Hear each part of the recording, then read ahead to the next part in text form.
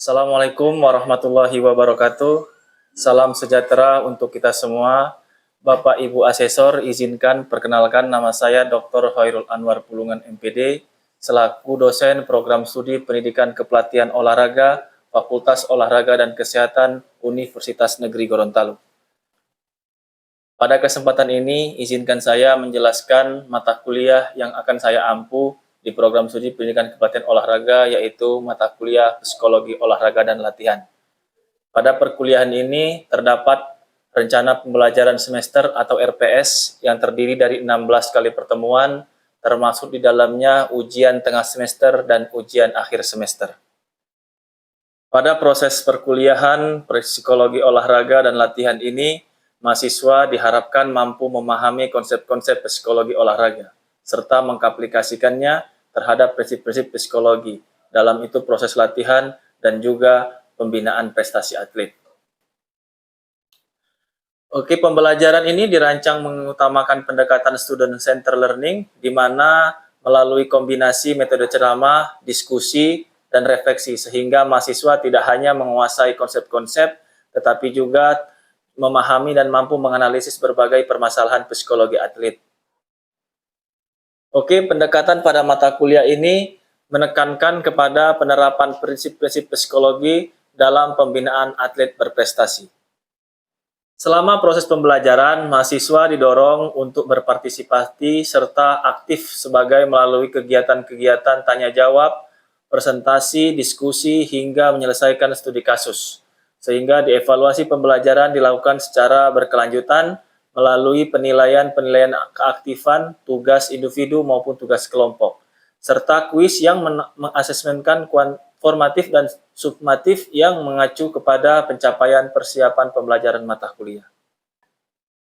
Luaran mata kuliah ini diharapkan mahasiswa bisa menyesuaikan pada mata kuliah Psikologi Olahraga dan Latihan. Yang pertama, menjelaskan konsep dan prinsip-prinsip psikologi olahraga dan latihan sebagai dasar dalam pembinaan olahraga prestasi dan rekreasi. Yang kedua, ada menganalisis faktor-faktor psikologi yang mempengaruhi performa atlet seperti motivasi, kepercayaan diri, kecemasan, stres, hingga konsentrasi, emosi, bahkan kerjasama tim. Dan yang ketiga, ada mengidentifikasikan permasalahan psikologis yang dihadapi berbagai atlet selama pertandingan maupun latihan, hingga berdasarkan kepada hasil observasi atau studi kasus. Ada yang keempat, menerapkan berbagai teknik psikologi olahraga seperti goal setting, imagery, self-talk, rekreasi, pengendalian kecemasan, bahkan peningkatan motivasi dalam proses latihan. Yang kelima, merencanakan program pembinaan mental, psikologi, skill training, yaitu di mana sesuai dengan karakteristik atlet cabang olahraga dan tujuan latihan, dan mengevaluasi efektivitas penerapan strategi psikologi olahraga yang meningkatkan kualitas latihan, performa, serta prestasi atlet berdasarkan hasil asesmen. Selanjutnya ada keluaran produk mata kuliah, di mana pada akhir perkuliahan mahasiswa itu menghasilkan yang pertama laporan analisis studi kasus, yang kedua program psikologi skill training, yaitu di mana untuk cabang olahraga tertentu. Ada presentasi hasil analisis terkait dengan kondisi psikologi atlet, dan yang terakhir ada portofolio tugas yang memuat hasil observasi, refleksi, dan rekomendasi pembinaan mental atlet. Luaran tersebut dapat juga langsung terintegrasi ke dalam RPS berbasis OB, di mana dengan keterkaitan yang jelas antara CPL, CPMK, sub-CPMK, asesmen, hingga luaran mata kuliah. Berikut kami sampaikan video pembelajaran mata kuliah Psikologi Olahraga dan Latihan. Semoga video ini dapat memberikan gambaran yang mengenai pelaksanaan pembelajaran yang interaktif, inovatif, efektif, dan berpusat kepada mahasiswa. Sebagai wujud komitmen kami dalam meningkatkan mutu pendidikan tinggi dan juga mendukung pengembangan kompetensi calon pelatih olahraga yang profesional. Terima kasih kepada Bapak Ibu Asesor atas perhatiannya. Wabillahi taufiq walhidayah. Wassalamualaikum warahmatullahi wabarakatuh. Assalamualaikum warahmatullahi wabarakatuh. Waalaikumsalam warahmatullahi wabarakatuh. Selamat pagi. Pagi. Baik teman-teman, pada kesempatan hari ini kita akan masuk mata kuliah tentang psikologi olahraga, di mana kita melanjutkan pertemuan sebelumnya terkait dengan hakikat, prinsip, dan apa itu karakteristik psikologi olahraga. Nah, di sini kita akan masuk pertemuan terkait membahas apa saja yang mempengaruhi terkait dengan psikologi olahraga. Yang pertama dari laki-laki dan perempuan atau gender.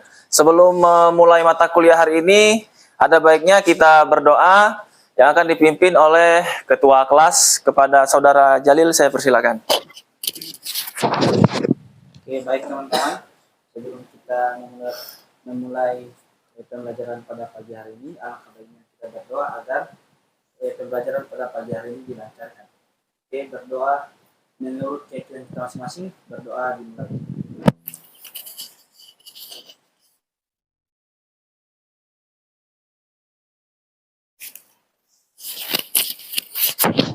Berdoa selesai. Baik, terima kasih kepada saudara Jalil. Selanjutnya, Bapak akan absen dulu nama-nama teman-teman. Yang pertama, Mustaqim Samudu, ada? Tidak ada ya. Terus ada Randy Setiawan. Ada saudara Argilan Palakum. Fadlun Ceha Anwar.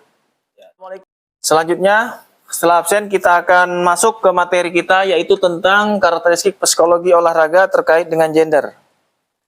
Teman-teman, sebelumnya kita sudah membahas apa itu psikologi. Ada yang ingat apa itu arti psikologi? Ada yang tahu kemarin pembelajaran kita sebelumnya? Psikologi adalah ilmu yang mempelajari tentang kejiwaan manusia. Sedangkan olahraga itu adalah ya. Jadi sedangkan olahraga adalah suatu ilmu yang mempelajari aktivitas fisik di bidang olahraga. Nah, di sini kita akan membahas tentang psikologi berdasarkan gender. Gender ada berapa? Ada dua. Apa? Perempuan, laki-laki. Laki-laki dan perempuan.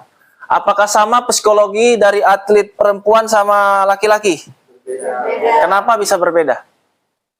Ada gender, Pak. Oke, begini.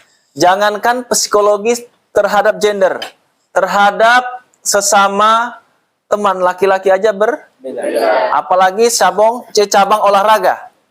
Cabang olahraga pun berbeda. Ada olahraga cabang yang permainan, ada cabang individu. Ada cabang olahraga yang berbentuk seperti terukur, ada yang cabang olahraga tim.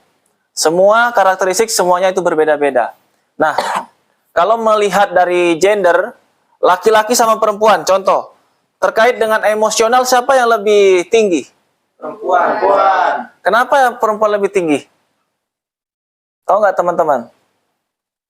Ada yang tahu? Kenapa perempuan lebih tinggi? Karena perempuan tidak bisa kita mengontrol emosinya, itu karena dia berpola pikir di otak sebelah Kanan. sebelah kiri. Dia mengingat. Makanya contoh saja laki-laki sama perempuan dari spesifik cara dia pola pikirnya. Terus kalau misalnya terkait dengan psikologi olahraga, cabang olahraga bola voli sama olahraga atletik, di mana kita dapat membedakan psikologinya? Fisik. Sekarang begini, setiap peraturan di bola voli itu permainan, sedangkan di atletik itu individu. Otomatis di sana kalau di permainan pasti ada kerja sama tim, sedangkan individu dia perorangan, sehingga karakteristiknya juga berbeda-beda. Nah, di sini kita menggunakan ada beberapa referensi terkait dengan buku yang kita gunakan, yaitu adalah, bentar, saya buka di Psikologi Atlet Olahraga. Nah, ini tulisan buku saya sendiri dengan beberapa orang terkait dengan psikologi olahraga. Di sini ada beberapa yang kita bahas, tentunya terkait dengan yang pertama itu ada beberapa item. Karakteristik psikologi olahraga itu ada beberapa item. Ini diambil dari beberapa penelitian. Yang pertama itu ada motivasi, ada juga kepercayaan diri, ada kecemasan, persiapan mental, kohesivitas tim, dan konsentrasi. Ada yang tahu teman-teman apa itu motivasi? Dukungan. Motivasi, ada yang tahu? Motivasi itu adalah doktrin pada diri sendiri. Oke. Jadi motivasi itu ada dua. Ada terbagi dua, yaitu yang pertama dari internal maupun eksternal. Kalau internal khususnya untuk diri pribadi masing-masing. Ada juga dari eksternal, apa contohnya? Dukungan dari keluarga. Oke, dukungan dari keluarga, orang tua, segala macam. Ada lagi? Kalau kita di pertandingan siapa yang coach? Coach. Ada lagi? Supporter, berpengaruh terkait dengan motivasi pada atlet. Yang kedua, tahu teman-teman nanti kepercayaan diri. Nah, di sini teman-teman, di 6 karakteristik ini, setiap laki-laki dan perempuan pasti berbeda-beda. Nah, makanya di sini ada beberapa hal yang perlu teman-teman ketahui. Jadi di sini karakteristik psikologi inilah yang akan merubah beberapa hal. Nah, ini yang kita bahas sekarang terkait dengan beberapa faktor. Ini ada kita buat karakteristik psikologi atlet Asian Games pada tahun 2023 kemarin. Di situ ada kita buat berdasarkan gender dan berdasarkan cabang olahraga. Di sini kita buat ada laki-laki. Laki-laki itu di sini ada kompetitif dalam bertandingan. 2, tujuan yang jelas. Memiliki ambisi, kepercayaan diri yang baik, dan kontrol kecemasan. Sedangkan perempuan itu memiliki kekompakan tim, tindakan tertekan, dan bahagia saat pertandingan. Nah, di sini berdasarkan gender ini kita lihat. Teman-teman, ada tanda sini ada merah untuk laki-laki dan tanda biru untuk perempuan. Untuk laki-laki dan perempuan, di sini maka disimpulkan bahwa laki-laki itu lebih kuat beberapa item yang kita bahas tadi. Jadi laki-laki itu lebih kuat di pertama apa? Motivasi. Kedua ada apa? Ketiga dan konsentrasi. Nah, itu karakteristik terkait dengan atlet laki-laki. Selanjutnya kita lihat yang perempuan. Di sini perempuan dia lebih condong yang pertama apa? Kepercayaan diri. Makanya perempuan itu sangat kuat DP kepercayaan dirinya. Karena apa? Perempuan itu orangnya mungkin individual, sangat gimana kalau untuk melihat karakteristik perempuan. Makanya teman-teman pernah dengar kira-kira kalau perempuan itu dia lebih konsentrasi kemana? Kebaikan atau kesalahan? Kesalahan. Nah, jadi makanya itu perempuan itu pola pikirnya mau banyak-banyak teman berpikir melakukan kebaikan kepada perempuan. Ketika teman-teman laki-laki melakukan satu kesalahan, nah itu yang diingat perempuan. Makanya jangan. Makanya di situ kepercayaan dirinya perempuan lebih. Nah, yang kedua ada apa? Kontrol kecemasan. Nah, di sini perempuan lebih bagus dia melatih dengan kontrol kecemasannya dibandingkan dengan atlet laki-laki. Karena perempuan mungkin punya confidence-nya, percayaan diri yang kuat tadi, sehingga mengontrol kecemasannya juga lebih baik. Yang ketiga ada apa perempuan lagi?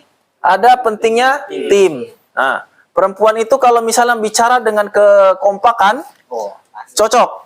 Dia pasti bisa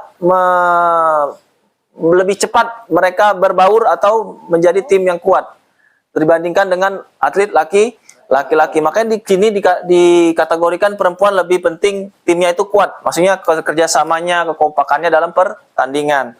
Dan yang keempat ada apa? Konsentrasi. Sama. Jadi perempuan sama laki-laki mempunyai konsentrasi yang sama.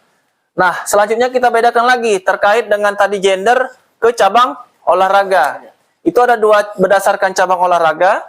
Ada cabang olahraga tim sama cabang olahraga individu. Di sini cabang olahraga tim itu yang pertama itu dia secara tim dilakukan secara tim itu olahraga individu. Yang pertama waktu pertandingan lebih lama. Itu tim. Karakteristiknya olahraga tim itu mempunyai waktu pertandingan yang lebih lama. Yang kedua ada emosional. Karena di olahraga tim itu harus menjadikan satu tim yang berbeda-beda karakternya. Yang ketiga ada apa? Agresivitas. Terus ada kepercayaan dan konsentrasi. Kemudian ada olahraga individu. Di sini olahraga individu terkait dengan agresivitas, emosional, motivasi olahraga individu, terus kreativitas emosional dan mementingkan tim, itu individu. Nah, di sini ada tanda juga, ada tanda merah, hijau untuk olahraga tim dan biru kuning untuk olahraga individu. Nah, di sini kita lihat bahwa motivasi itu yang lebih tinggi olahraga tim atau olahraga individu? Tim Tim.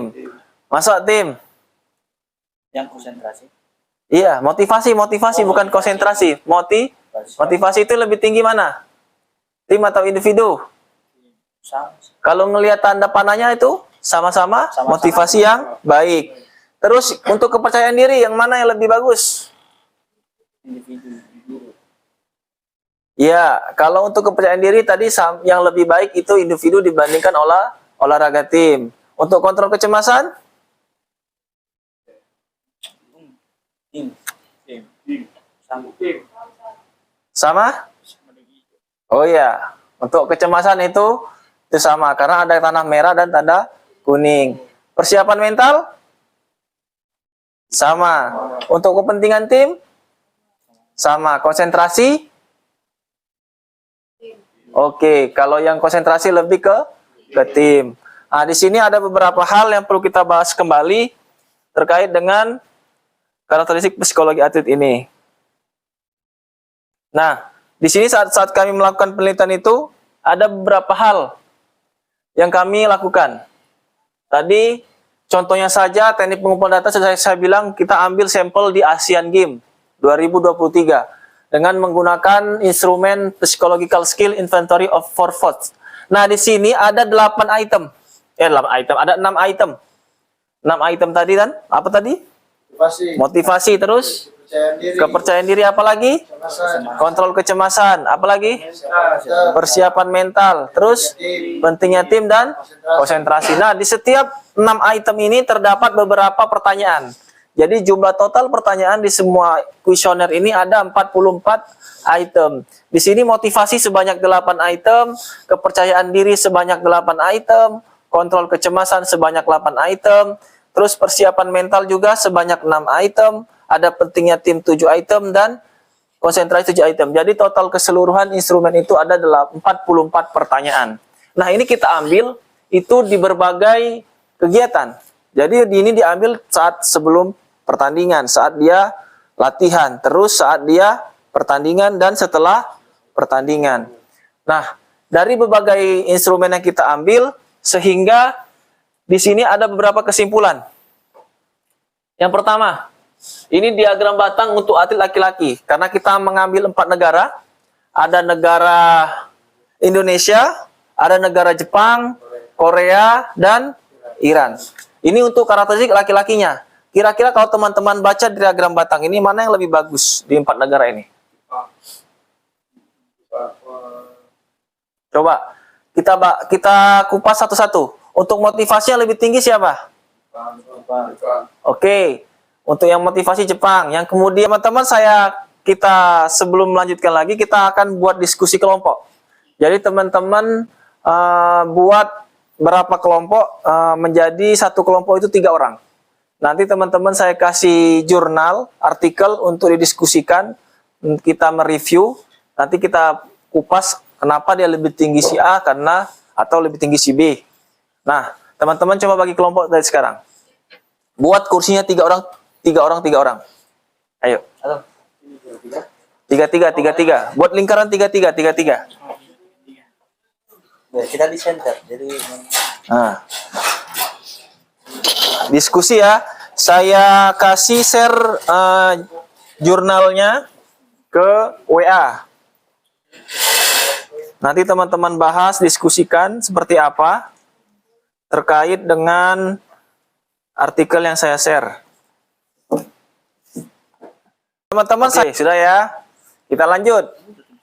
Dari teman-teman semua, apa yang teman-teman tangkap terkait dengan judul penelitian ini?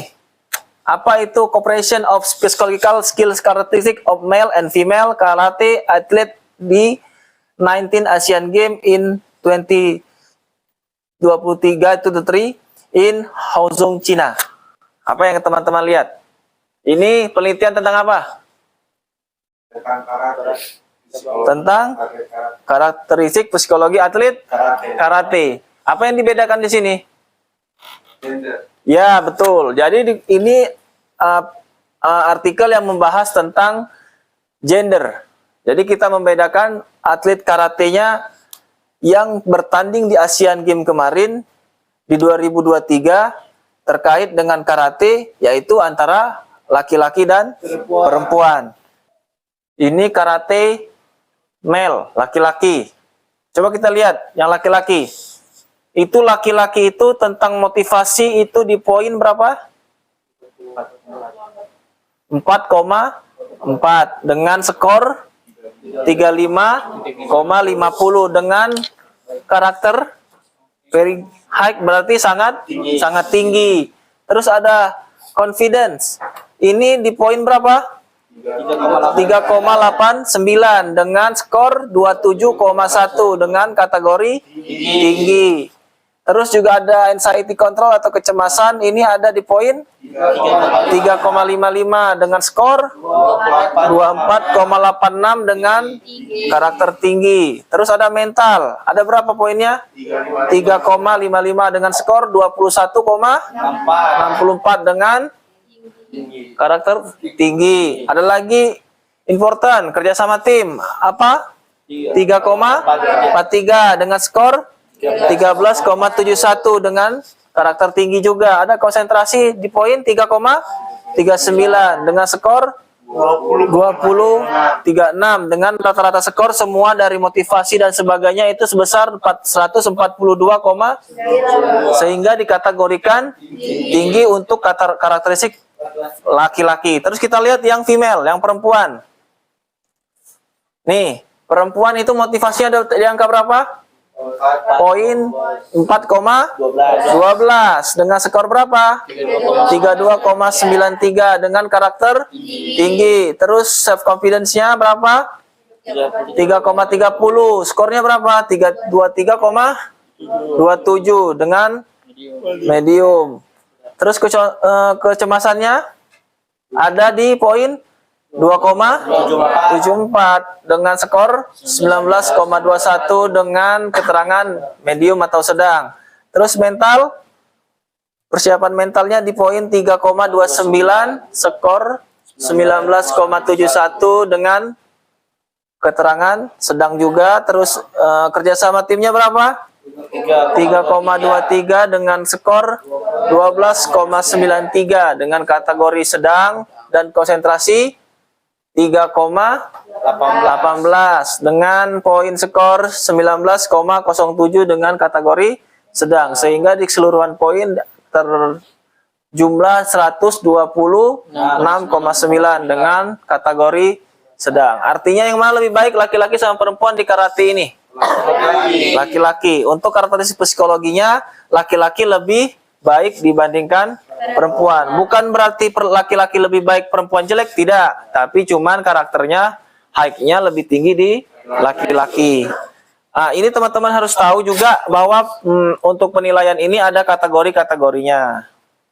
Sehingga disimpulkan di sini bahwa dikatakan sangat berbeda. Ini tabelnya bahwa seperti ini diagramnya yang kita buat, bahwa tingginya laki-laki sama female terkait dengan psikologi atlet karate di Asian Games.